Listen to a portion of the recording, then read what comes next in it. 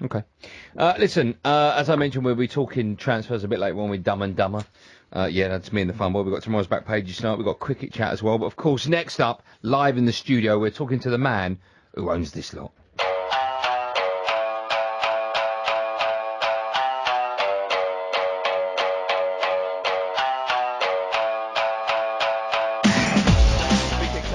Takes it to oh! It's in!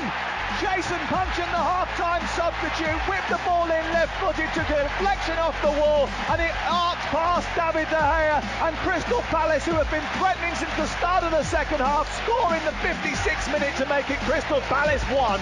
Manchester United 1. Dwight Gale, the top scorer for Crystal Palace this season, 7 goals in his 8 starts, has a chance to beat Hugo Lloris. He steps up right-footed, drives the ball past Hugo Lloris. Here's Balassi picking the ball up 20 yards from goal, shooting from distance, hits the post, goes back to Dwight Gale, and once again Dwight Gale scores against Liverpool for Crystal Palace, sends the ball to oh! And he bullets Crystal Palace into a 3-1 lead. Yeah, I'd be delighted to welcome to the studio and to the sports bar the chairman of Crystal Palace, Steve Parish. Steve, good evening to you. Good evening, boys. How are you? I wanted to introduce you as a thin, fat man, or how did you describe yourself out south? Fat, thin guy. If I get fat, if I put on weight, yeah. You're very thin at the moment, if you don't mind me saying. I mean, that's a hell of a compliment, I know. But you're looking good. Thanks, baby. Do you work at it daily? Do you go running? Is it tough? A little bit of running, trainer. Try and keep trim around all these footballs all the time. It's embarrassing, isn't it? Let yourself go. And what about the Barnet? The Barnet looks like it gets a little bit of TLC as well. I can't, honestly, my hair, I have to have it cut. What's it about? I have so much hair, I How is can't. that Palace Chairman? Yeah. It's in South London, it's in the water when we grow up. A lot of people did tweet me when they knew you were coming in saying there's going to be a lot of hair on show in that studio tonight. I own a hairdresser's, actually. Do you? I plug it. Can I plug it? Yeah, what's it Can I plug called? my hairdressers? Gary Ingham in Hampstead. All I right. just bought 2 more in Primrose Hill and... Listen Yeah. to me. What, since you've been in the studio, you bought 2 more. A free haircut. Free It haircut? won't take long, Joe. They do the nasal hair take longer. Thank you so much for coming in, Steve. Pleasure. As I said to Jay at the top of the show and to our listeners, I get very excited when someone that's current with football comes into the studio. There's so much to talk about. The obvious thing we have to start, of course, is Patrick Bamford. The youngster you've got in on loan for a season from Chelsea, signed a 3-year deal there, you've got him in. Tell me a bit about him and how easy a decision that was for you and the rest of the club. Yeah, I think it was a top player in the Championship, wasn't he, last year? So I think it's a no-brainer for us. There were many clubs in for him. But I think he spoke to Alan, and Alan obviously told him the right things about his football development. He's a very bright young man, from what I understand. He's got a very good agent, same agent as Frank Lampard, very intelligent guy as well. Wants the best for the player. So London, local to him, doesn't really have to change too much about his life. Premier League, which, you know, is a big step up, as you said earlier. He needs to learn that league, and I think he needs to be under somebody that's going to, you know, show him how it's all done. And I think a team on the up as well. You know, you don't want to be in a relegation fight. Touch wood, we won't be, hopefully. Not getting carried away with ourselves. But so I think it's a good decision all round, as you said. So we're very excited to have him. He's had that challenge every year. When MK Dons Derby, Middlesbrough, and every year it's a step up. And every year he's handled it. Absolutely, yeah. And Middlesbrough nearly made it, didn't they, last year? I don't think Patrick was fully fit, but he played in the final. He's just a great lad, and he's a great prospect, and we've got some great prospects, haven't we, in England now? So let's hope he can emulate, you know, Harry Kane last year and do similar things. Do you expect him to start, or is he a squad player? I think that's up to the manager. You know, I think everybody starts the season with the same chance. So pre-season, we're just going down to Cape Town tonight. The players are on the plane tonight to fly down there for 2 games. I'm sure he'll get his chance down there. I would guess everybody will get a chance. Alan will see him in training, and you know, the managers, they think about how they know how they're going to play, and then they see things, don't they, in pre-season, and things will change. But also the Premier League is a squad game. You know, I don't think you'll see a team will have the same 11. You know, you've got to cut your cloth according to who you're playing and where you're playing, whether it's home or away, and what your situation is. So no player's guaranteed a slot, but he's got every chance of starting. So, talk me through the process then of how it works from your point of view. Your manager comes to you, Alan Pardew, and he says, I want this player. What then happens from where you are as a chairman? Do you phone the club? Do you text someone? Are you familiar with them? Does a fax go in from a secretary? What happens? I mean, it happens lots of different ways. I was trying to explain this to somebody the other day, and I think it's something the fans probably, You know, there's only 2 or 3 clubs that can buy a player, that can decide they want that player and can go and make it happen. You know, probably your Man Uniteds, Real Madrids, Chelsea's, Manchester City's can decide we want that player, and no matter what, we're going to get him. Whether the club want to sell him or not, we're going to keep up in the bid until they say yes. For the rest of us, we're really in a market of what's available. You know, so the first thing is you've either got an instinct that a player will be available, I think Chelsea will loan him out, or frankly you get a phone call. It might be Alan, it might be me, it might be our chief scout, and you know, somebody will say, in that particular case, I know the agent quite well. I spoke to him about the player last year, so he was a player that was you know, would you be interested last year? Because obviously, I think last year they would have liked to have got him to the Premier League, but people knew a little bit less about him. At that time, we didn't quite feel it was right for us, the situation that we were in. The manager then, you know, just passed on it. But it's been kind of floating around, and the agent actually rang me on that one, and I said to Alan, what do you think? And Alan will go away and have a think about it and think about how it fits, and then come back. And so, yeah, maybe I could do this and do that, and I could make this change and that, and I think I could fit him in, because no manager wants to bring a player in they're not going to play. It's the most, you know, players are a nightmare when they're not playing. So, and our manager and every manager at Crystal Palace has the picture of how they want to play, and they get to pick the personnel. Our job, chief scout, anybody else, is just to let them know what deals can be done. How important is your relationship to an agent? If you don't like an agent, if you've had bad dealings in the past, but they have a good player on their books that you want, how difficult does that become? Will you not deal with an agent because of his past, or is that irrelevant? If you want a player, you have to deal with them, and that's it. No, you might be put off a bit. You know, you might think, oh, this is going to be hard work, this. But, you know, you've got to rise above it. Well, I'm here to do the best for the club, you know, and if it's not about who I like or I don't like, you know, if it's the right deal for the football club, we'll try and make it happen. And if I'm not the right person, then I'll get my chief exec to do it or whatever. But, you know, you try not to fall out with people. You know, that's all my life. I've tried not to fall out. There's no point, is there? People have got a different point of view. That's fine, you know. But obviously, you know, some agents are harder work, let's say.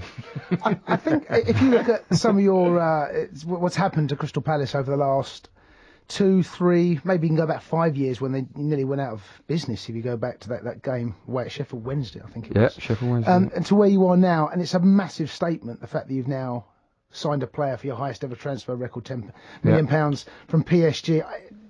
Could you ever have dreamed that Crystal Palace, if you go back 24 months ago, that you'd be in a position to sign a player that actually Arsenal and some other clubs around Europe, some of the best clubs in Europe, would seriously have looked at him?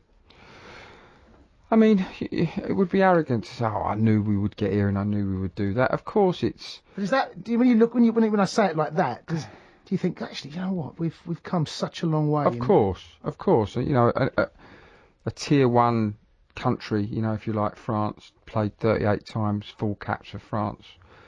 That's, I think, of that level of country, that's the highest capped player that we probably ever had play for the club, I would imagine. We had Lombardo, we signed.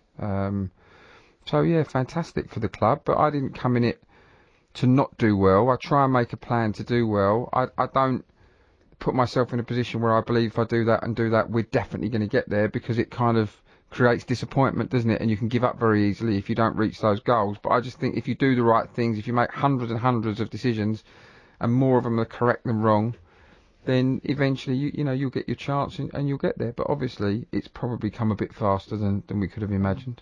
I read somewhere that Johan Cabaye's on £100,000 a week. Have you read that? Yeah, is he? No idea. Does it frighten you how much you've got to pay players nowadays? Not really. I mean, it's only frightening if you can't really afford it, isn't it? You know, that's only scary, isn't it? I mean, if you buy a house and you can't afford it, that's scary. If you buy a house and you can afford it, you know, so...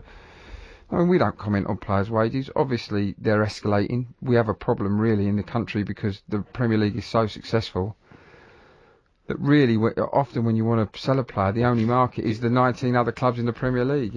Do you now, because this season is so massive for every club in the Premier League, because of the money that gets injected into the Premier League the following season, so it's so important to stay a Premier League, so do you have that in mind when you're going into this season's transfer market? Do you think, you know what, if we spend maybe £30-40 million more than we usually would have done to guarantee safety, at least we'll get that money back and then some in the following season. Did you think like that at all? You can't guarantee safety, can you? You just can't in this league. It's such a tough league. You know, look at Hull last year. You know, they came to us not long before the end of the season, and you know, we got well and truly beaten. They were a good side. They had bad injuries at crucial times, Hull. You know, they had all their strikers out, if you remember, for a kind of period of 4 or 5 games, and then once you get down there and you happen to have bad fixtures at the end, Man United on the last day. It's like quicksand, isn't it? It is like quicksand, and it saps the energy from everybody, and the fans start getting negative, and everybody starts believing you're doomed. So there's no foregone conclusions. Listen, we'll start this season 40 points. You know, let's get to 40 Do you still points. consider that? Are you one of these sides fighting relegation, or you consider yourself one of these sides now that can get around mid-table? Jason, I'm telling you, when Arsenal get to 40 points, they have a little drink in the boardroom. Don't worry. You know, there's not a side in the country where that, you know, obviously it's more of a fear for clubs like us. Do you think the big clubs still try and get to 40 as quick as possible and then maybe take their, not foot off the pedal, but I just can't see No, they don't take their foot off the pedal. They keep going, the top sides, but they still get to 40 points. And right, that's done. That's one thing. That's one hurdle crossed. Of course they do. I have to say, where I find it a little surprising you say that, but I did hear Jose Mourinho say last season, which took me by surprise, where he said we've guaranteed Champions League football next season. And this is obviously quite late on the season, but the title Chelsea are going for, but he actually said we've guaranteed. Yeah, but Champions that's because he's playing mind games with everyone. No, but I suppose in terms of where he's at and where Palace are at, you could probably, I don't know, because that Chelsea without Champions League football is horrific. Yeah. And I suppose Crystal Palace without 40 points going into the last 5 games is horrific. But what would the aim be for Palace? If the question was, what do you hope to happen next season for Palace? It wouldn't be survival. You don't want to finish... Win something. You know, you want to win something, don't you? What do you... Yeah, but survival as well, though, Steve. Of course you... listen, but that's my hope, is to win something. Your basic requirement is to survive. That's, you know, you've got to do that. Whether the TV money goes up next year, whatever...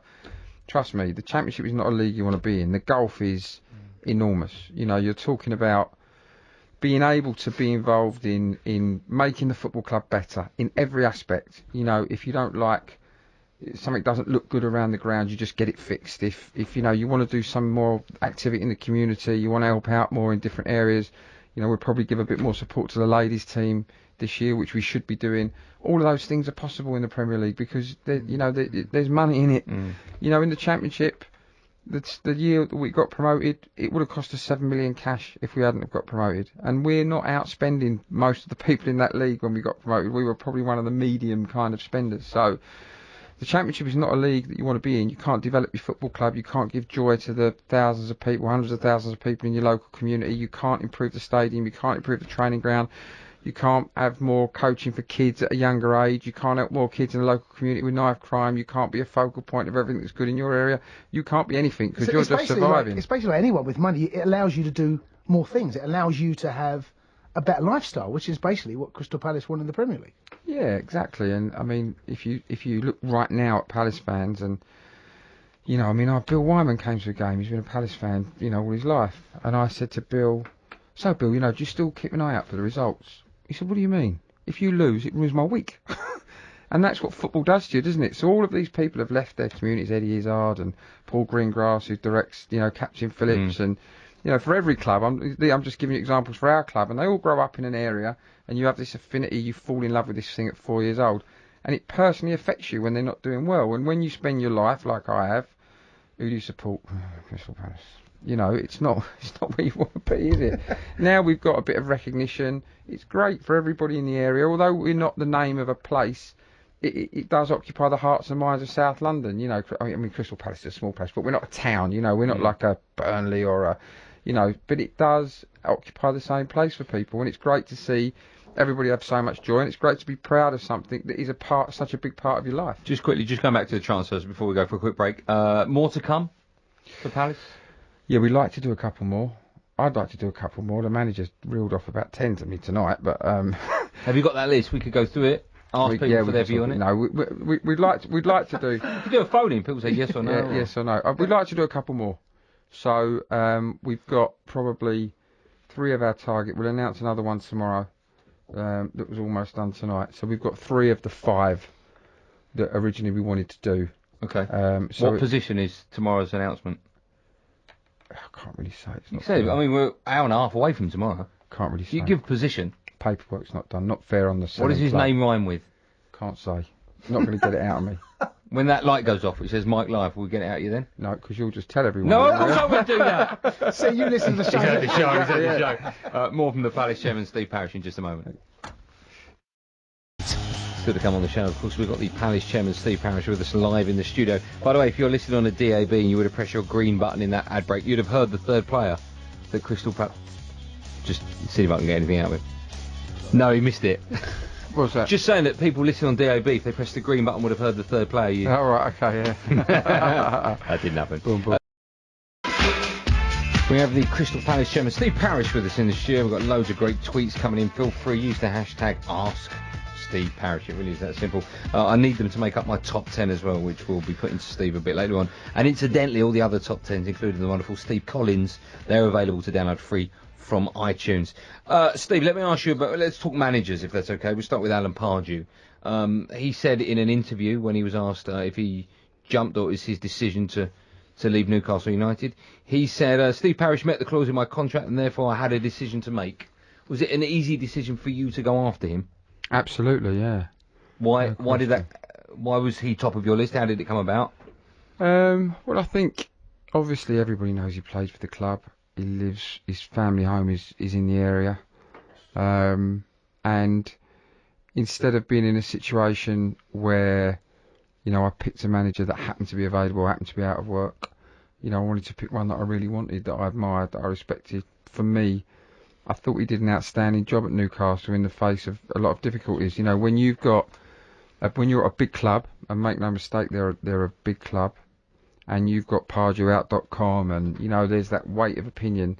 Not many people come back from that. There's really not many managers. When it's that, you know, there's that much inevitability about you going, and they're saying on Match of the Day, there didn't seem a lot of fight in the team and all this stuff. And I thought he conducted himself extremely well through the whole thing. You know, as a chairman, you know that maybe there are difficulties in terms of maybe some of the players there are not players that he necessarily wanted or things like that, but he never said that publicly. You know, he never made it difficult for the chairman, never made it difficult for the club. Did his job that he was paid to do, got on with it, and I think did a very good job, you know, in the circumstances. So, second most experienced Premier League manager managing the league, and that is invaluable in this league, absolutely no question. Did you think you could get him? I know, you know, there's always that, yes, the scenario and the circumstances you just highlighted, but did you think, actually, we do have a chance? Yeah, I did, yeah. Yeah, I just thought with those things, you've got to think the impossible if you're going to, you know, you have to pull some rabbits out of the hat if you're going to change. I've always had businesses that were kind of underdogs, and you've got to have that little spark. You've got to do something that's different that breaks you out of it. The first thing for us was getting promoted, you know, and that was really because we had a couple of good academy players in Wilfred, and Dougie initially put together a really good side of solid pros around it and a good spirit, and everybody pulling together in the club, the fans, the chief exec, the manager, everybody, the players. And then once we did that, you know, that difficulty in trying to attract everybody, because everybody says you're getting relegated, and then staying in the league, and then, you know, deliberately Neil said, look, I'll come and help you. I said, brilliant, Neil, because I just need everybody off my back while I go and actually pick a manager for once, instead of kind of having them pick for you and, you know, all the people that are out of work. So while Neil was keeping the kind of show on the road, I was able to contemplate. I saw a few other managers and some foreign possibilities and different things, and it just all arrived. You know, often it's a question of seeing things and discounting them, going, no, that's not going to work, that's not going to work, and then it leads you back to what you need. And I just thought he's the right answer for us. Did you speak to him before you made an approach for him? I wouldn't do that. It wouldn't be allowed. No. I won't break the rules like that. Okay. Let's the way of asking. No, let me. Did you have an inkling he might say yes before you approached the club? Possibly, yeah, but not because I'd spoken to him. No, of course not. That's illegal. Yes. We know that. Yeah. Someone spoke to him. But you had an inkling. I believed, based on previous conversations that I'd had with him socially, that Palace was a club that was close to his heart. I was going to ask you if that made a difference then, because he's a legend and an ex-player. Do you think it was an easier decision for you to get him and for him to leave Newcastle to come to Palace than it would have been had another club come in for him? It's strange, isn't it? When before I sort of did this, I never understood this obsession that people had with bringing old players back and why has it always got to be an ex-player that's a manager and all that stuff. But remember with Alan, he's of the area, he understands the fans. It's, you understand the mentality of your own fans. I think sometimes that's so important. And also it buys you a lot of time. When, say, Ian came, with no real relationship with the club, he did some great things for us, but the crowd are quite quick to turn on people that they don't see as one of their own, that they don't believe really, maybe don't care as much as one of their own. I'm not saying Ian cared massively, by the way, brilliant bloke, love him to pieces, did fantastic things, but he never really had that bond that an ex-player that's done things for a club can have, and it does buy you time. And you saw when Alan came in, just him arriving just lifted everybody, the players, the fans, everybody. But that's just a temporary thing, and you've got to have real ability and experience, and he's got all of those things. Since you've become chairman of Crystal Palace, going back to 2007, you've never hired a foreign coach. Is there a particular reason as to why that's not happened? I've come close a couple of times. Spoke to a really good guy, Vitor Pereira, who managed Porto to 2 titles after AVB. Really impressive guy. I think he just won the title with Olympiacos, I think, and he's now gone somewhere else. And really came close to him. I've always, unfortunately, because we've always been in a bit of a crisis whenever I've had to pick a manager, it's difficult, isn't it? For, when you're Crystal Palace, I think it's more difficult for a manager from overseas than if you're, say, coming in and you're managing Manchester United or Tottenham or somewhere like that. Number one, you haven't really got the relegation risk with Man United or Tottenham. Number two, those managers will know the players. They're big international players. They'll know all those players. They'll know a bit about them. They'll know how they want to play with those players. Whereas, particularly, say, last year, a foreign manager's not going to know our players. They can watch a few videos, but they don't really know Joe Ward and Damien Delaney. They've never heard of them in their life, So that means, in the midst of, borderline relegation battle, I think we were sort of third bottom when Alan came in. So you're properly in trouble. Yeah. They've got to arrive in England. They've got to find a house. They've got to work out what Becky. They've got to settle their family in. They've got to get on the training ground. They've got to work out what these people can and can't do. If they lose the first 3-4 games because maybe they try and play more football than the players you've got to used to, all of a sudden you've got everyone asking questions again. And you don't know, is it because they haven't settled in? Are they going to turn this round? So I think just in the circumstances we've been in, we need somebody who knows the league, knows a bit about our players, knows what it's going to take. Is this the most stable Crystal Palace has been in since you've been there?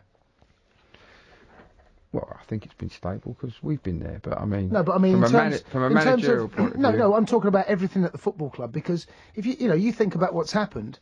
We've seen Tony, we've seen Holloway leave, and that was a disaster there. Am I going to manage to go a whole season with the same manager, Jay? Is that what you're saying to me? Well, but don't forget this time last season, Tony Pulis was in situ, and of course, hours, days, whatever you want to call it, before the season started. Yeah. He moved, but it does feel just and we've spoken to you many times, and we've watched Crystal Palace over the last 2 or 3 seasons. It feels from the outside looking in that this is the most stable. But I want to know from your point of view, is it such a precarious industry, football, you just don't want to feel like that? Of course, it's all easy when you're not playing games. I think Alan's the same as me. We're all a bit worried about the optimism now, and the kind of almost, we'll be fine now, but it just doesn't work like that. That's when you're probably at your most vulnerable, in football, when you think that you've got it all sussed. But certainly, in terms of making plans, in terms of a manager that cares about every aspect of the club, we've made big improvements to the training ground this summer, big improvements to the medical staff. We've got the ex-doctor from Liverpool who's been fantastic. So yes, it does feel stable. But make no mistake, I wanted Dougie to stay. I thought Dougie was a fabulous manager, and we worked brilliantly together. Unfortunately, sometimes for people, a bit of success, and then you're a young guy and somebody else comes in and they're offering lots of money and they appear to be a bigger club. And you make that decision to go. Ian, I desperately wanted to be a success. He got us promoted. He was brilliant when we were in the Championship.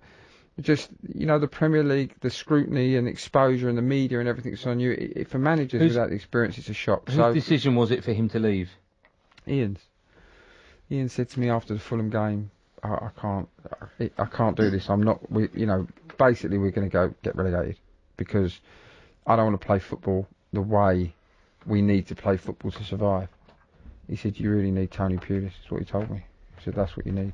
He said, he'll get you out of it with this group. They're a great group. You have to admire his honesty, because, there's nothing worse, I suppose, and we often see it. That managers don't resign this day and age because, for obvious reasons, that, that they'll go through with it to the detriment of the club to ensure they do get their payoff. I think Ian's one of the most decent people in football. I really do. He genuinely is a nice man, and he wanted to do the right thing. We'd worked incredibly hard in the summer together to try and bring the right players in, but Ian wanted to change the way we played totally, and so he was a great guy, and he did the right thing for me and the right thing for the club, and probably the right thing for himself, in the long run, I hope. We've got loads of questions for you. Steve Parish, of course, the chairman of Crystal Palace. We'll go through them in just a moment. We're going to talk to Tony Pulis as well. But first, of course, talkSport.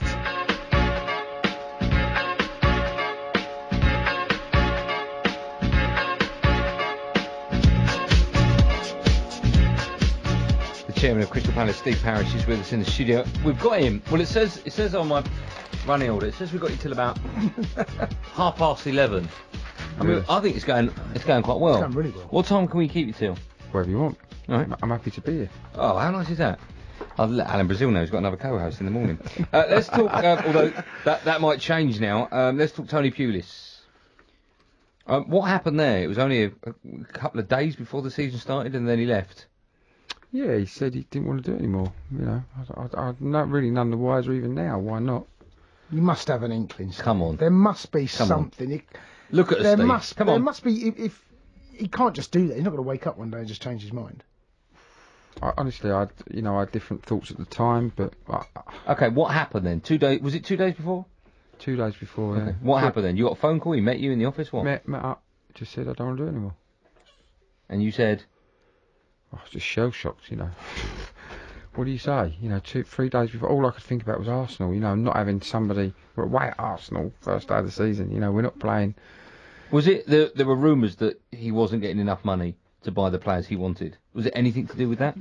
Well, I don't know, because he never said that. I said, what is it? He said, one day we'll sit down and have a chat about it. But, the money was there. We agreed a fee for Sigurdsson with Tottenham, but we never met the player, and I don't know, really. Corker, we were interested in, but it was difficult because he was at Cardiff, and there were some issues between us and Cardiff, if you remember at the time. So, I don't know. I really don't know. Do you get on with him? I did when he was there, yeah. When he left? I haven't really spoke to him. Not really. What's the point? Has he been back at Palace? Did he? He came back with West Brom, yeah. Right. We drew, I think. And did you speak to him then, though? I know, he beat us. He beat us, yeah. 2-0, I think they beat us. You speak to him? No, I was going off. Listen. I was going off to New York, actually. So I had to leave just before the end of the game. Okay, fine. We'll move on then, shall we? Yeah. You still want to stay till later on, yeah? Nothing to see here. Move on. Let me ask you some questions that have come in. We've got your top 10 as well. Where should we start? Hi, Steve. Is it likely Palace will beat Kabai's transfer fee this window? And have we really been offered Pato? Wow.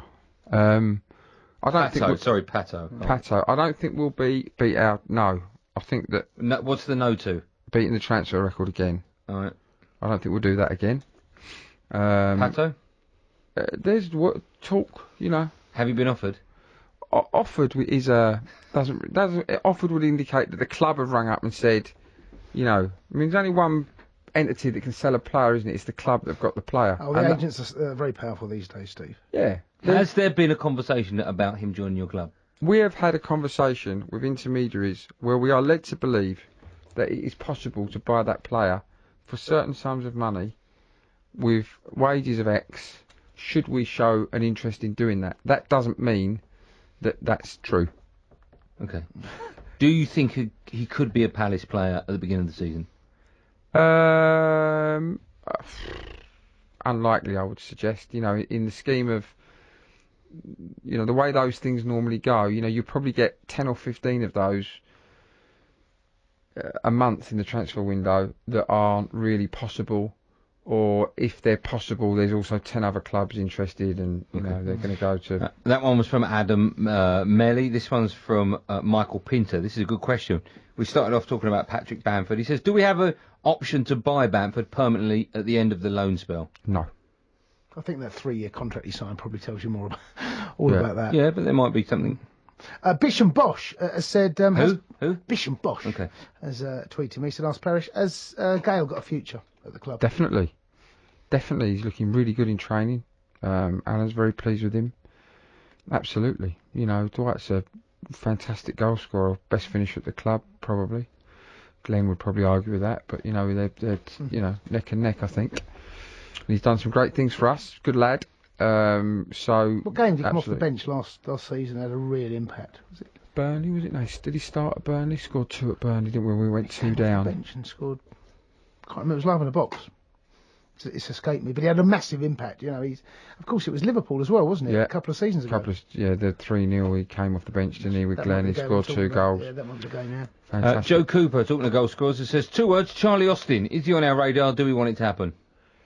Charlie's definitely a player that we admire, but I think there's lots of clubs interested in him. I think that there's probably a good chance that he would go beyond us, if you like, I would suggest. Okay. Sean O'Donovan has said, is there any truth in the Ashley Williams links? No, Ashley's a Swansea player. No, Ashley's a Swansea player, so I can't see that happening. Is it impossible for you to talk about other players while they're at a club? Are you not allowed to do... I know you're not allowed to do that, but... Well, I think it's disrespectful, isn't it? It's not very... I wouldn't like it if somebody came on here and started saying, I've got designs on this player or that What player. about them? What about the situation that has arisen with Chelsea and the young lad Stones at Everton, where Chelsea have made an official bid, it's been rejected. But that's the right way to do it. But then, of course, Jose Mourinho has been asked questions in the press, and Jose, you know what managers can be like. They use the media in which to get a message to maybe destabilise the situation. Very clever. I mean, again, I don't think Jose's doing anything wrong, but there'll be people out there that think that he is actually trying to turn the player's head. How do you view that as a tactic? I think if you bid £23 million at Chelsea for a player, it's going to turn his head. I think everything else is kind of academic, but that's the right way to do it. If you talk to a player and destabilise him at the club, but you've not actually put any money on the table, you're just causing a problem for no reason, aren't you? I think Chelsea have done absolutely the right thing. They want a player, they want to buy out his contract from the club, they've made an offer. Everton have turned down that offer. Unfortunately, these things become public. Mm-hmm. Sometimes it's the club that have the offer that make it public because they hope to get another offer. Sometimes it's the agent. I know, yes, of course. I mean, it just gets out, unfortunately, in football. Plus, you've got the journalists, they guess so much stuff that in the end, it's almost like pinning the thing, they must get it right in the end. Some of the papers at the moment, by the way, have just lost the plot. I mean, some of this online stuff is... Well, they've got to fill the paper and like you said, online with something. Have you read some stories and thought that's just... Made up. Like, totally, completely, utterly fabricated stories. Can you give us an example of what was made up? Oh, do you know what? There was a few earlier in the season that were just terrible. There were some things about Scott Dan. There were some things about some transfer targets. I mean, I've taken a couple of journalists to task.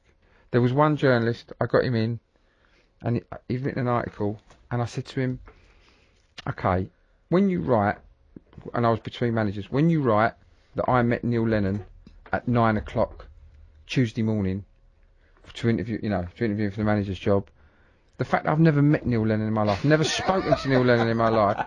By the way, I love the 9 o'clock in the morning touch. That is class, because that leads it. Because as a reader, you're thinking it definitely happened. Definitely happened, because it's 9 o'clock. He knows it's 9. He must have been walking past the cafe, this guy, that they were in.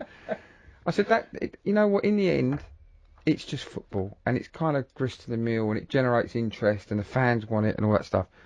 Might be a bit of a problem for Neil, because it indicates that I'd seen him, and therefore if he doesn't become the manager... maybe he didn't want it. Who knows? It's not great, but it's not the end of the world. There were 2 or 3 other things in that article that were similar. And I said to him, they're all complete and utter nonsense. Then he wrote another thing. I said, but when you write something like this, and he wrote that when Ian Moody offered me his resignation, that at first I turned it down. So I said, now, what you're insinuating there is that I read all those texts in that newspaper. Ian came to me and he said, Steve, look, I don't want to embarrass you. They're sorry, they're terrible. You know, you've been good to me. There's my resignation. I said to him, no, mate, don't worry. It might blow over. As if I would say that to him. And yet you write that in the newspaper. You can't possibly know that that's true or not. And yet you just write it. And where do you get that from? Oh, reliable. That's what they'll always tell you. Got it from a reliable source. Well, what's that with your mate down the pub? I mean, you can't have got that. It didn't happen. So it's frustrating sometimes, but most of the time it's trivial. So, and it fuels all this kind of speculation, and I suppose it's good for the game. But there's one particular paper that, I don't know, they're trying to fill this. It's just pay-per-click, isn't it? They're trying to put so many stories online just to get fans to click, to get 0.1 of a pence for an ad, and it feels like the quality of the journalism, the age and the experience of the journalists has just got to a point where it's any bit of gossip, and of course nobody ever takes them to task, nobody ever sues them over it. No. So they just consistently get over it. Okay, well, listen, we've got Steve Parish, of course, in the next hour. If you missed the first hour, you can go to the website talksport.com, where he said he looks like he's going to go for Lionel Messi. Have a listen to that, and no, maybe not. More, of course, from Steve Parish in just a moment. We've got loads coming up. Patrick Bamford has joined Crystal Palace on a season-long loan. The young striker signing a new 3-year deal at Stamford Bridge first. Eagles chairman Steve Parish has just been telling Andy and Jason here on the Sports Bar that the club, manager Alan Pardew and Bamford himself should be a winning combination. London, local to him, doesn't really have to change too much about his life. I think he needs to be under somebody that's going to, show him how it's all done. And I think a team on the up as well. You don't want to be in a relegation fight. Touch wood, we won't be, hopefully.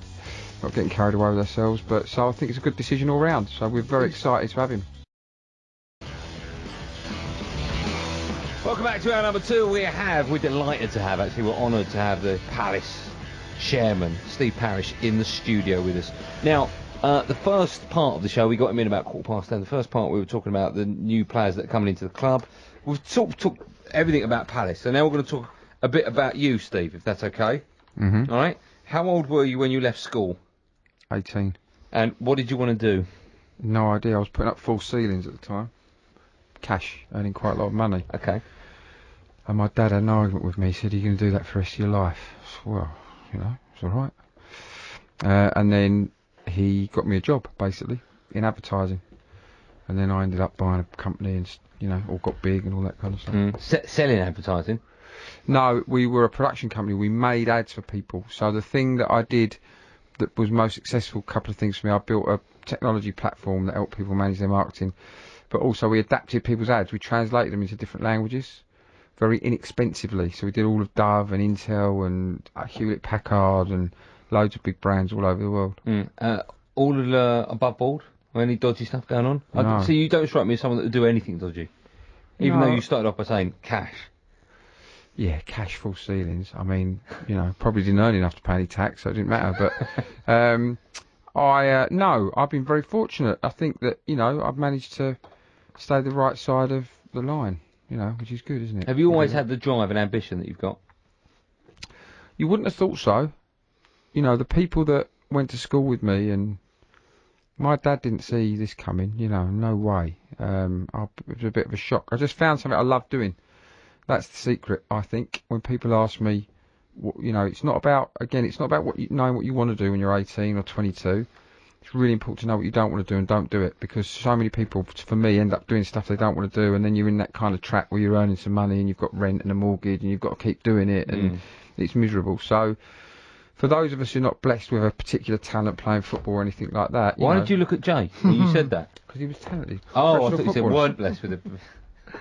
So, I didn't. We all wanted to be a professional footballer and all those kind of things.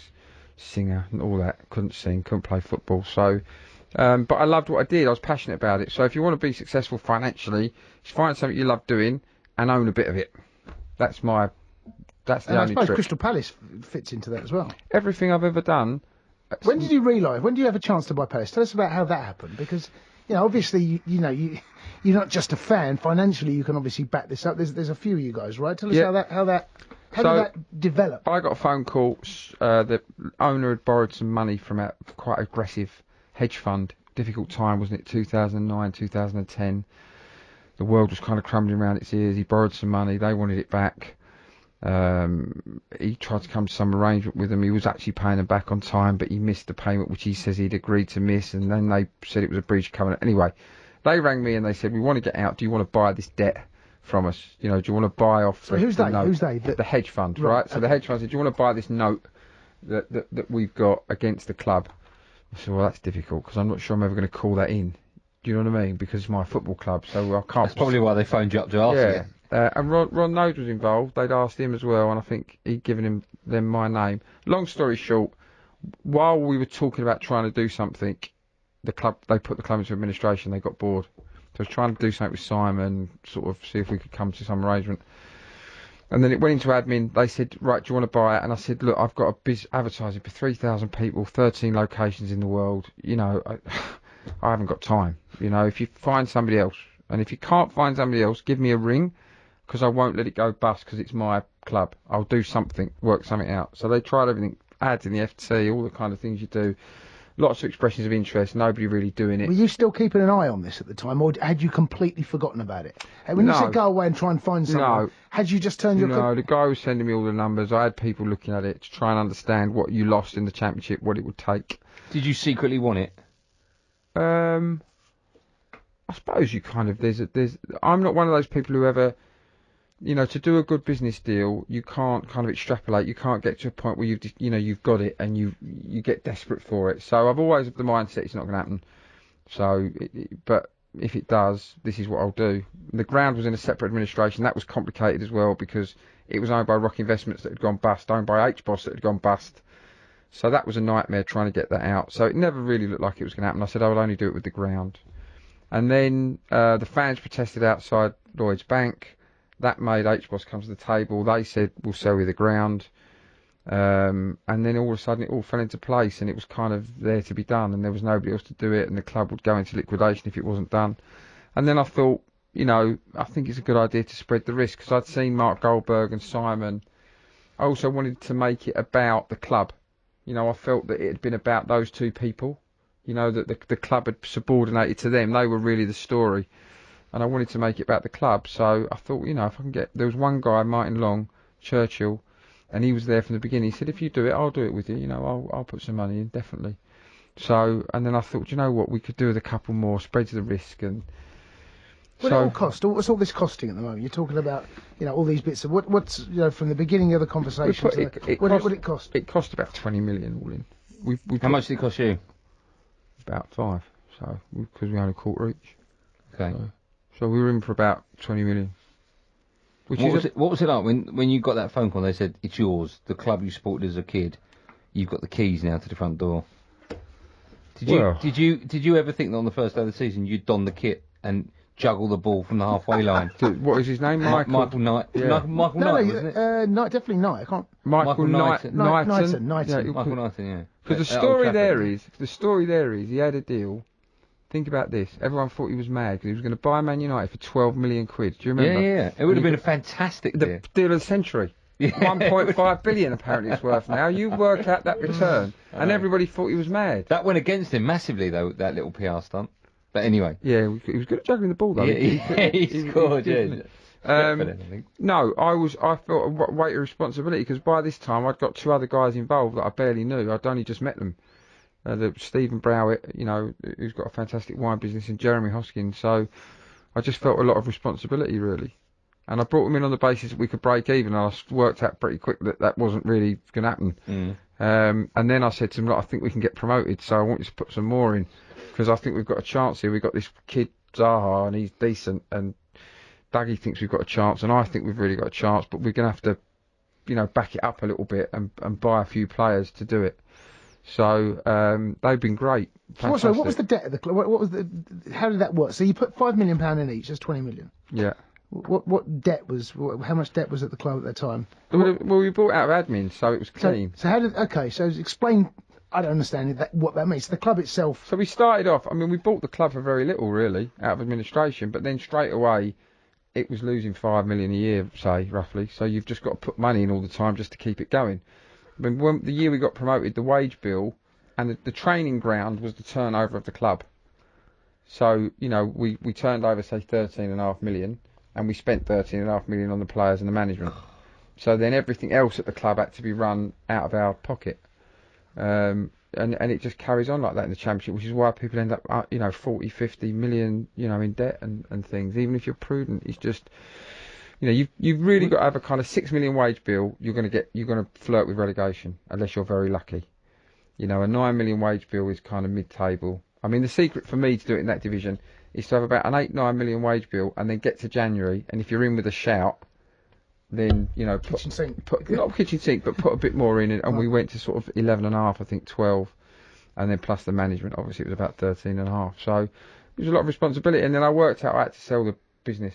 I couldn't do both really, as it started to get busier. Right. And your advertising business? Yeah, and to be honest, because I have to love what I do, I'm just one of those people. I'm not, I am actually lazy. This is why nobody could see it. I promise you. Just looking at your hair tells me you're not lazy. I promise you, because nobody could see it when I was younger that I would ever amount to anything, was because I didn't love any of those things. It was all too narrow for me, one subject. Economics was the thing I liked the most at school. So it was just finding something you're passionate about, and if you find something you're passionate about, the money will come. The success. So what's your day-to-day life then? So you have no other business outside of Crystal Palace? Yeah, well, I don't earn any money to Crystal Palace. I quite like to earn money, so I've got properties and other things and investments. So you don't get a salary off the club? No. But hold on, sorry, you don't earn any money out of Palace? No. Out of choice, or there's no money to be earned? Well, it'd be a bit. I brought the guys in and. It's their money, isn't it? If I say in the Championship, if I say right, I want to earn X, and do they earn money out of the club? The other no. I mean, you've each got an equal share. Yes, yeah. There is profit from the club. We made profit last year, yeah, which we've now reinvested back into the squad and the infrastructure and the stadium and the training ground and the And is that the way a club has to be run? Well, I think that there's a possibility that when you sell it, that you might make some money, as a capital appreciation kind of thing. Mm. But no, it doesn't have to be. I mean, a club could probably afford to pay me a salary. It doesn't feel right for where we are at the moment and the relationship we've got with the fans and all that kind of stuff. I mean, if it goes on much longer, we'll have to have a look at it. I can't carry on. And where do you see, long term? Where does Steve Parish and Crystal Palace Football Club see themselves in 10 years' time? How do you see that happening? Well, we need to create a new reality for the club.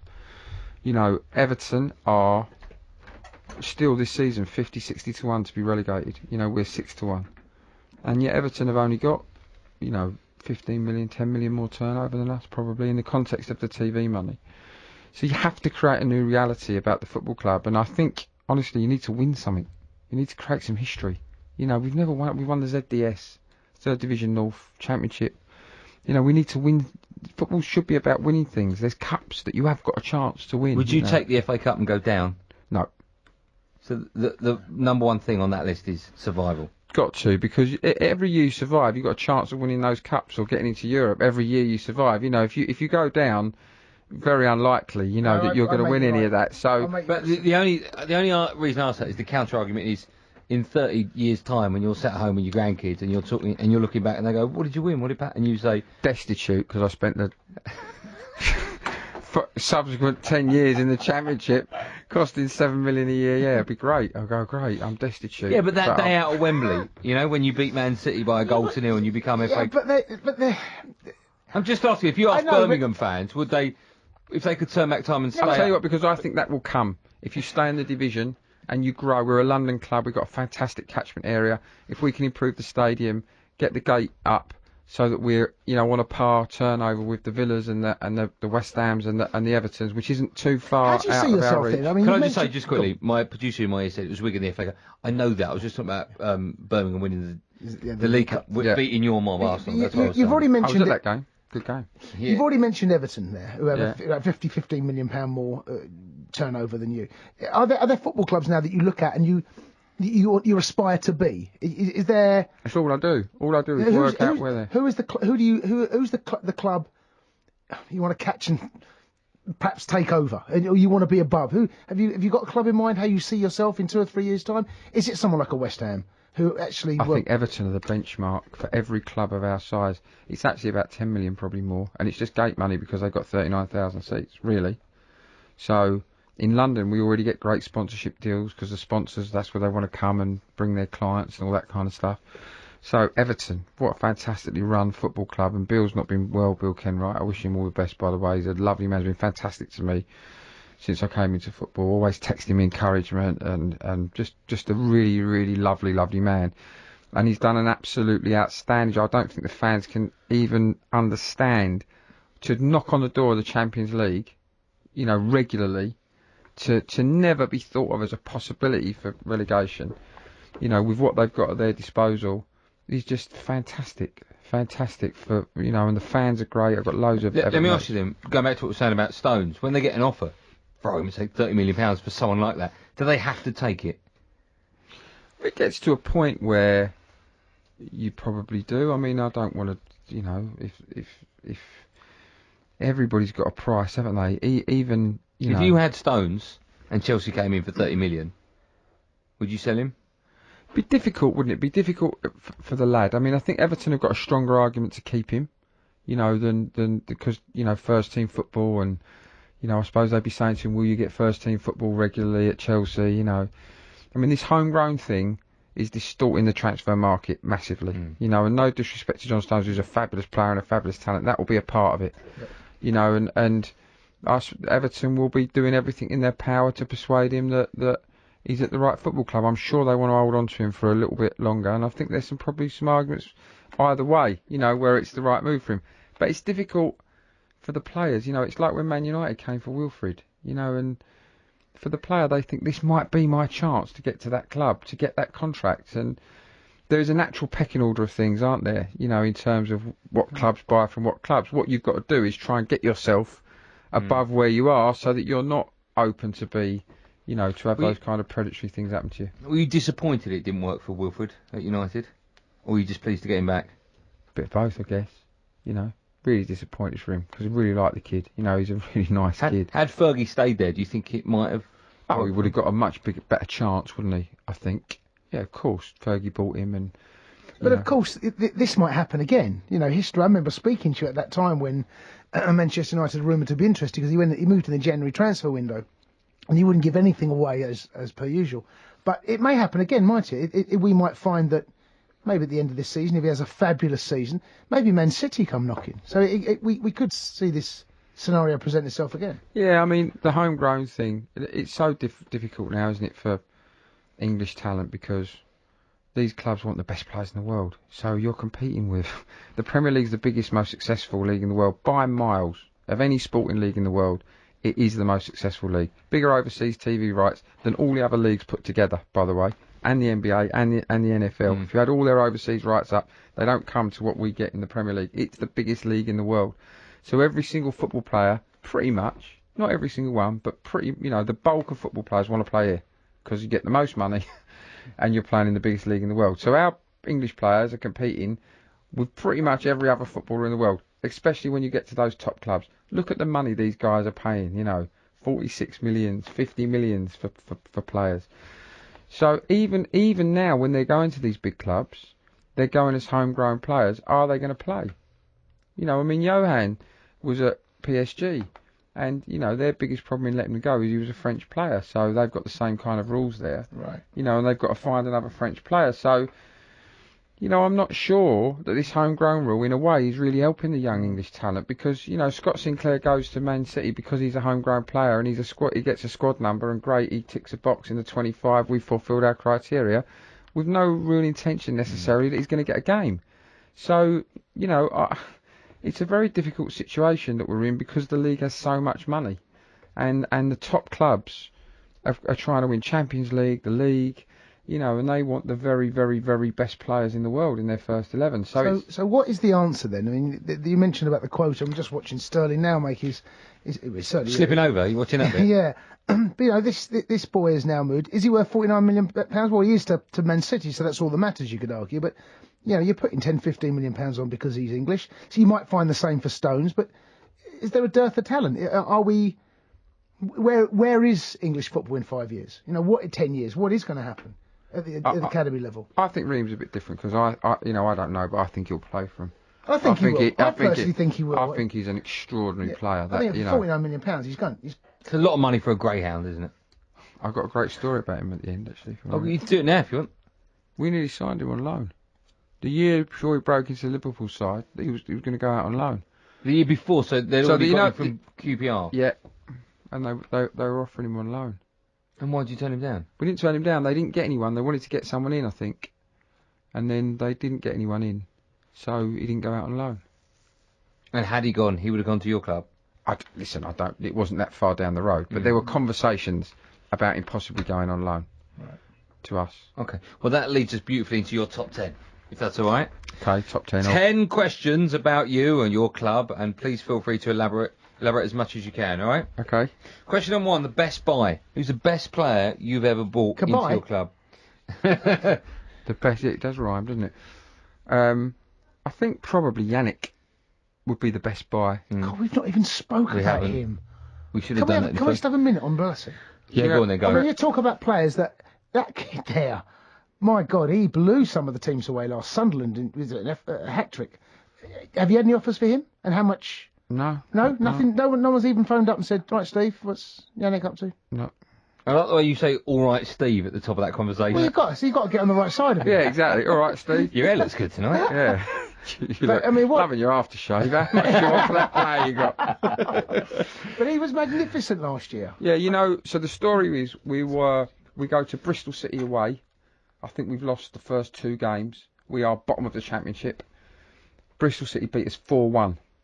And there's this famous car park that all our fans know about. So I stood in the car park with Neil Ashton of the Daily Mail, who's a massive Palace fan. We know him. Brighty, my mate Dino, and I was like, we were desolate. You know, what are we going to do? What we're going to do is we'd had a bad run under Dougie. We'd lost the first 3 games, but the preceding season we hadn't won many at all. We got safe early and then we didn't win many. And so I had to go away and think about it. Dougie came in, it was a bit tense, and he was, you haven't given me enough money, Steve. You know, I've got KG playing on the right wing. We need some more money. We've got to do something. And I had loads of faith in Dougie. And you know what? I think he's right. I think we've just strangled the budget a bit too much. And we went out and we bought Yannick, and this just proves you can't always get it right. They had the players they wanted. Yannick Bolasie, Darcy Blake. I think Darcy Blake played about 20 minutes for us in 3 years, but that's another story. And I want this kid Yannick Bolasie from Bristol City, 350 grand. And I'm like, it's a typical chairman, right? So I look him up, and he played quite well against us, I remember. But I look him up, can't get a game, this kid. Can't get a game. Can't get in front of a Doma because he played at Plymouth, Malta. Really? We're going to buy it. Dougie was like, I'm telling you, this kid's fantastic, Steve. So we bought him. We went to Middlesbrough away the next game. We lost again, but we were sensational. I mean, we ripped them. How we lost the game, I'll never know. Came into the boardroom afterwards, and Steve Gibson said to me, Steve, we thought we had, you lost your first 3 games, got well beaten. We thought we were going to, absolutely storm you today, but we were lucky to get a win. And we just got that balance. We had Bolasie on one side, Wilfred on the other. All of a sudden, they couldn't give Wilfred all the attention. It just stretched everybody. And what a wonderful kid as well, a great attitude. And we got promoted that season. But now there's a thing, 4-1 Bristol City beat us. They got relegated, and we got promoted that season. I think that's the longest answer and one of the best we've ever had for yeah. question number 1. Yeah. Question number 2 at the same time next week. Question number 2, what happened to Darcy Blake? No. Who's the worst buy? Darcy Blake. What happened there? Jimmy Kebe, actually, is the worst one. Because it cost me more money and he played even less. Say that again? Jimmy Kebe. Oh, he cost you more money, but he played even less. Yeah. Go on, elaborate. No, he didn't fancy it, I think. Who, he didn't? I think so. Didn't like it. Where is he now? We released him, which is a euphemism for we carried on paying his wages forever. To do nothing. And then Look how defensive he is there. Look, he's got both arms. He's got a trial at Real Mallorca, I understand. But he's not still a Palace player. No, he didn't come to my birthday party, strangely. No, didn't, no. No. Jimmy, look, I don't know what happened. He was a great player. I love Jimmy Kebe. He ripped us to pieces a few times, and then we signed him. We spoke to Steve Coppell. We'd had him at Reading. Steve Coppell said take him, and then we signed him, and then he just didn't really fancy it. I don't know why. Okay. There is no way I'm going to rush the next 8 questions in the next 6 seconds. So we'll finish your top 10, Steve, if that's okay, in just a moment. Okay. talkSport.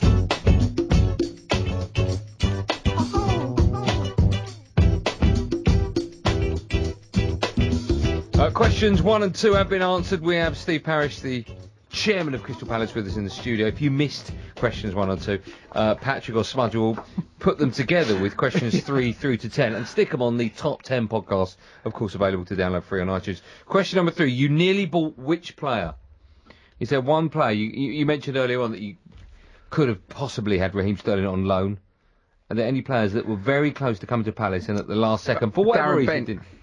I went to bed on a boat in France. Done. He's coming. Where was he at? He was at Villa. Okay. And he was coming on a loan deal. Remember when he ended up going to Fulham in the Premier League? I went to bed, done, dusted, finished, woke up, phone call. He's looked on the telly and he's got his shirt full of. Oh my goodness! And what was the what? Because I mean, I'm guessing Fulham and Palace at that time were offering similar sort of deal, similar sort of money. I'm guessing there was a great deal to choose between the two. I think what happened there was I'd done the deal. Do you know what I mean? I'd kept on and on and on, and I'd knocked this deal into shape. And then at the last minute, Fulham said, "Oh, we do that deal." And I think, to be fair to Darren at the time, he just perceived Fulham as been in the league a lot longer. They were a bigger club. I've got no sour grapes over it. He's a lovely lad. Made the best decision he could at the time for his career. But that was, big player for us. We'd only just got promoted. And if you remember, there's a book where Darren Bent, he was for a while the third most important scorer of important goals in the league, almost guaranteed to keep you up the goals that he scores, because he doesn't score the fourth goal in a 4-0 victory. Darren typically scores the crucial winning goal. So we had all the stats and we decided. You've talked a lot about stats. We spoke earlier outside about Charlie Austin, and you said he has X amount of shots per game on target and all this. Do you agree with the Moneyball scenario in sport or in football? To a certain extent. I mean, they're only really useful if they're your league. It's very difficult to look at stats from another league and contextualise them in the Premier League. And of course, in certain positions, the stats are a little bit more difficult. I see what made me laugh is that they were doing Memphis Depay. I saw that come up, and they were comparing it with Di Maria and the amount of goals that he scored last year. And I'm like, this young kid, he didn't play in the Premier League last season. No. And it's like, what's that all about? How can He's you always try got to use Man United as an I think that's the best example, because this Depay lad, who may well turn out to be one of the best players ever, but he was playing in an inferior league, which you can't compare the two. But it's all a risk, isn't it, when you buy them from different leagues? So, we look, the stats can often prove or disprove what you think, but it's still, you've got to have the right players in the right job for your team as well, haven't you? It doesn't matter what their stats are. If you don't ask them to do that job, then, so. Okay. Question number 4. Who's the best Crystal Palace player of all time? Ian Wright. Second best? What about under your tenure? Wilfred, probably. Glenn Murray's been good, but Wilfred probably made the difference, Yeah. Of all time, Ian Wright, definitely. Brighty, obviously, has got to be in there somewhere, or so I'm never going to be able to talk to him again. But, can we dub that bit out so he just says Righty? Yeah. Bright and Wright were the most prolific, exciting time for the club ever, weren't they? Those two. Yeah, okay. Best Palace moment? Oh, for me, I mean, obviously, there's probably two moments. One is 4-3 in the 90 semi-final of the Cup, where Alan scored the winner against Liverpool. That was at Villa Park, wasn't it? Villa Park, yeah. And getting promoted at Wembley in the playoff final, knowing that the difference that could make to the club. And to be there at Wembley with my team, 80, 90,000 fans sitting in the chairman's seat. Where did you go that night? What was it like? How was that celebrated? We had a party, and then that was quite good, but I was kind of frazzled, because that last 16 minutes when we were 1-0 up, I turned to Bright, I said, Bright, I actually can't breathe. Like, literally can't breathe. I might need oxygen. And then we went and we made some speeches and all that, and I went home, and then an agent rang me and said the players are all in this thing, they want you to come and pay the bill. So I went out again and paid the bill. That's the sort of chairman the player wants. Yeah. Well, you mentioned the semi-final there in 1990. What happened in the final? Oh, I'm sorry about that. He's got to rub it in. United fan. Okay, I guess it was there. That's why United fans are hated, because of him. Yeah. Did you go to the final? Do you know what I did? I went to the replay. I couldn't get to the final. Can't remember why, but it was a great game, wasn't it? And Wright, he made his name, and we should have won. There you go. You could have. He was a sub that day, wasn't he? Ifs, buts, maybes. Yeah. Mark Bright just gave me for my 50th his 2 shirts in it. Gave them to me. How sweet is that? The ones he wore in the 90 Cup final and the replay. He gave me those as well, and Jay's got them. He said on it 1 of 30.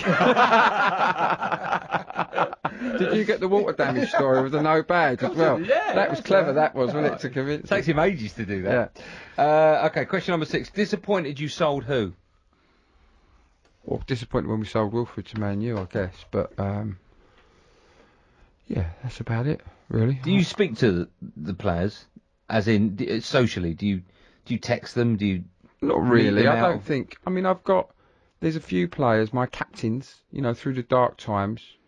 I've had Mealy and Paddy, Paddy McCarthy and Damien Delaney who've captained the side while I've been there. So I think that you can talk to the captain, when between managers. When you wouldn't socialise with you, wouldn't go out for dinner, you wouldn't phone up Wilfred and go, fancy a couple of pints at the weekend? No. But, that's not because Will's not a nice guy. It's probably because I know he doesn't really want a couple of pints with me. No, but that must be hard, though, because you own the club. Yeah. You love them, you've supported them since you were a kid, and now these players, who a lot of people idolise, in theory you pay their wages, and it must be difficult for you not to want to become friendly with them. It says that there's a strange relationship between, I don't know whether it still is, I'm guessing it is, that between the players and the chairman. The chairman, I don't know how often you see them, whether it be at the training ground or at the ground, but you don't really want to be seen with the chairman as a player. No, you just, he's got his job to do. Yeah. We've got our job to do.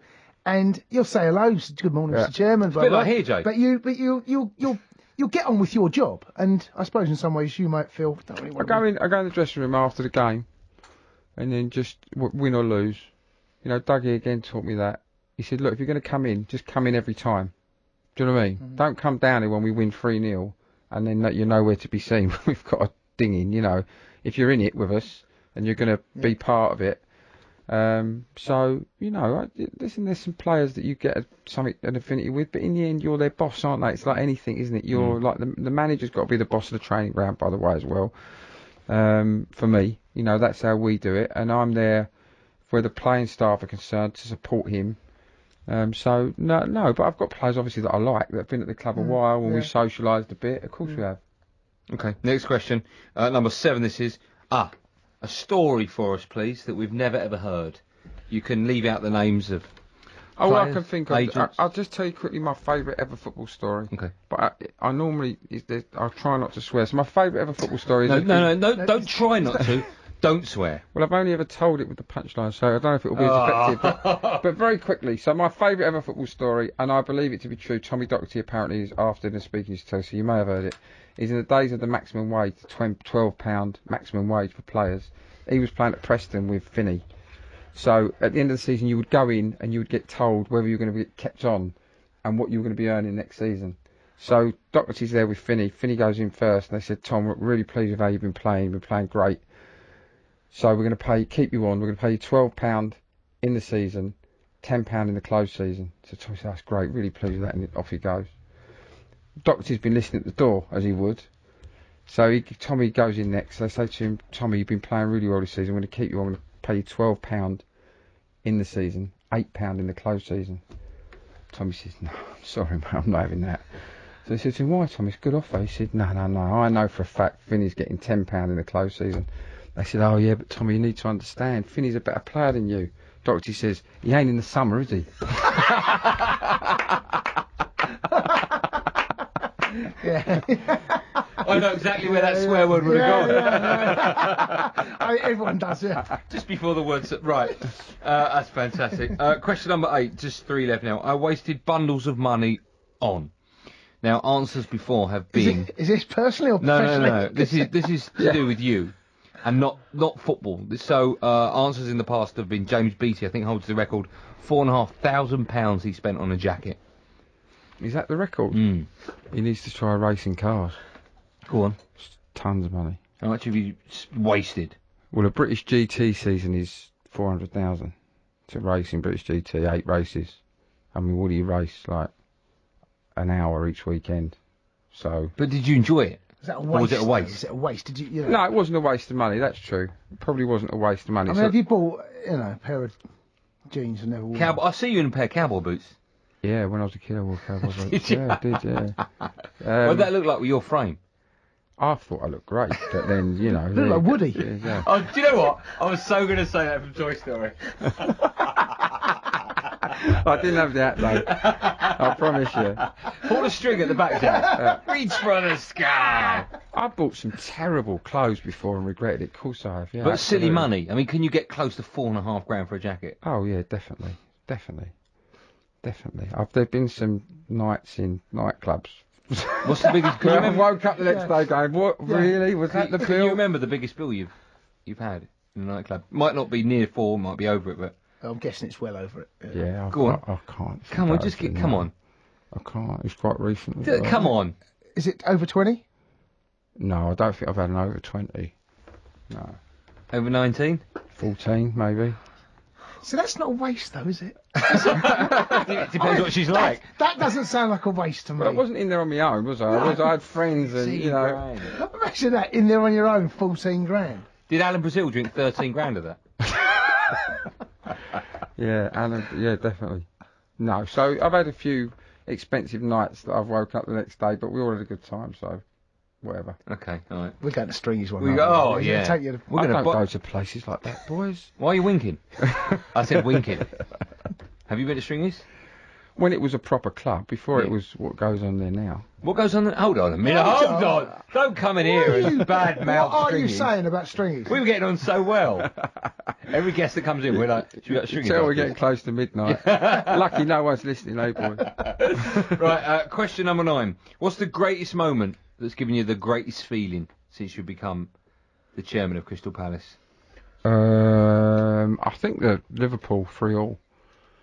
You know, because we were dead and buried, and we had Player of the Year the next day. And although we'd stayed up and it was a great season, 3-0 down, and Suarez is trying to grab the ball off the keeper, and you think, oh no, I mean, you know. Well, they needed goals because they thought they could catch City on goal difference. Yeah. That was one of the reasons why they persisted. Like We watched that one here, didn't we, Jay?